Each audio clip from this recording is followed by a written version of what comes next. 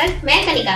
आइए जानते हैं आज की मुख्य खबरें। राष्ट्रीय सदर पार्टी के राष्ट्रीय अध्यक्ष अंकित गुप्ता ने इंडिया गठबंधन की लोकसभा कांग्रेस प्रत्याशी डॉली शर्मा को दिया समर्थन।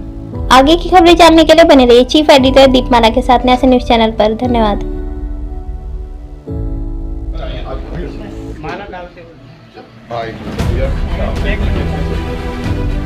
हाँ जी, इधर देखिए।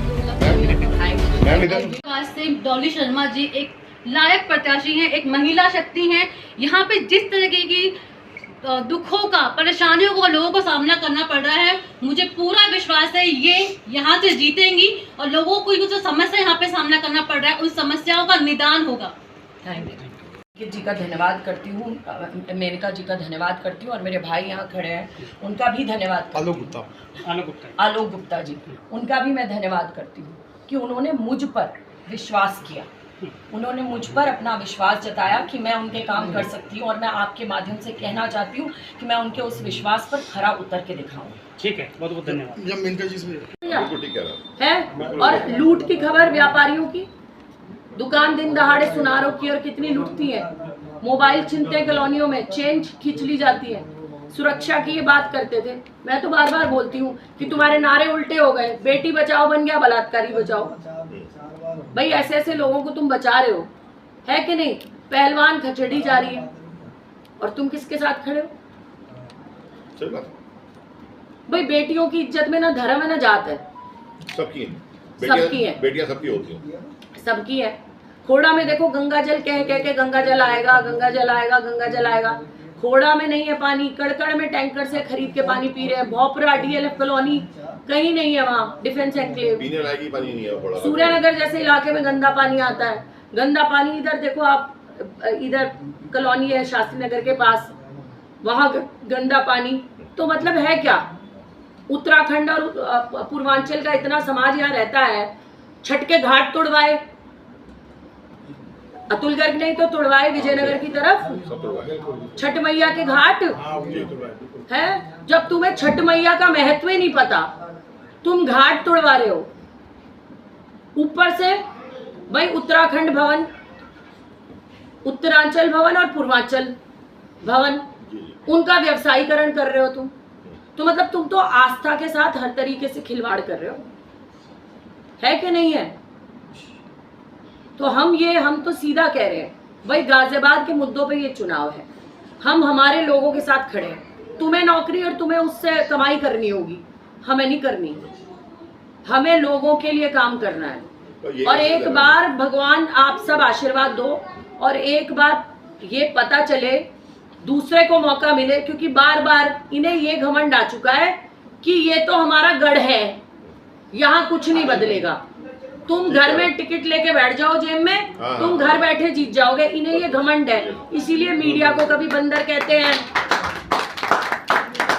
है ना, कभी कहते हैं तुम पैकेज लेने आए हो। प्रताप विहार के एक बुजुर्ग अंकल प्रोफेसर साहब मेरे पास आए, वो मेरे से बोले कि बिटिया हम इनके वोटर थे। हम पहले ऐसे व्यक्ति हैं जो वैसे समाज से आ रहे हैं और पूरा कम से कम आधा वैसे समाज आप अपने साथ लाके डोली शर्मा जी की झोली में डाल रहे हो। कोई विशेष कारण, हमारी जो जनता है वो विशेष कारण जानना चाहिए कि वैसे समाज गाजियाबाद में वैसे समाज के कैंडिडेट के विरोध में ही क्यों खड़ा हो गया? सवाल यहाँ सिर्फ समाज का नहीं है, यहाँ सभी समाजों का सवाल है।